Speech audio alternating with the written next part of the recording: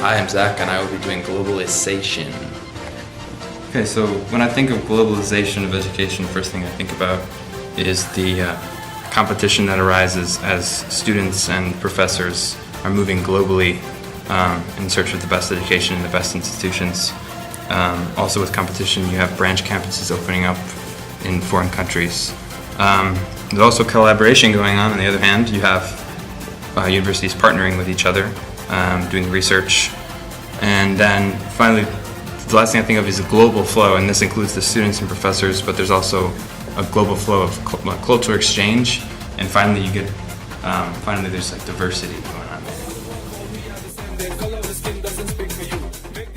I'm doing global student mobility. So, student mobility will have an impact on domestic students, institution, and hosting country.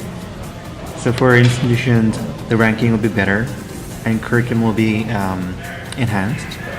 For domestic students, we'll have more exposure to other cultures and will have better learning opportunities.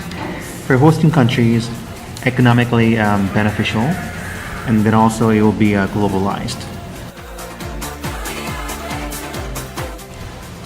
Hi, I'm Daryl, and I'm doing hubs. Yes, so basically to me a hub just involves the idea of movement and impermanence. And there's movements in, there's movements out. But a hub is something there's always it's transition, it's movement, it's nothing permanent. And it's not just about education, but also covers education, business, social migration, and etc. So to me a hub is something that involves all areas of society and constantly involves vigor and movement.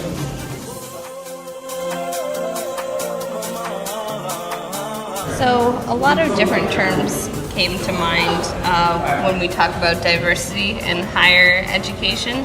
I think one of the things, when you talk about diversity, you're not only talking about cultural diversity, you're talking about economic diversity, linguistic diversity, and how all of that plays into higher education.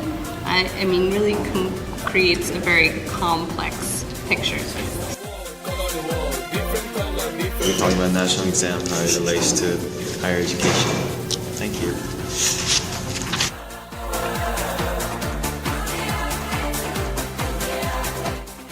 On top right, Gaokao and Sunom. These are the once a year national exam that happens. So if you get a bad score, you cannot get into any good higher education universities. So if it's considered a waste of time, and they have to wait one more year. So we have cases that students don't want to wait a year, they go to overseas. Hi everyone, I'm Vincent and I'm doing on government funding. Alright, basically from government funding, what I can think of are what are some of the goals that the government may have. One of it is obviously inclusion, how to level the playing field.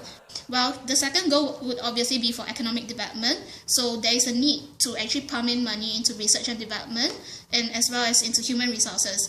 And one of the key strategies obviously is scholarships. Some challenges that may arise because of this is that one, it will be academic freedom, and the second challenge is obviously this model cannot be actually implemented in a lot of other places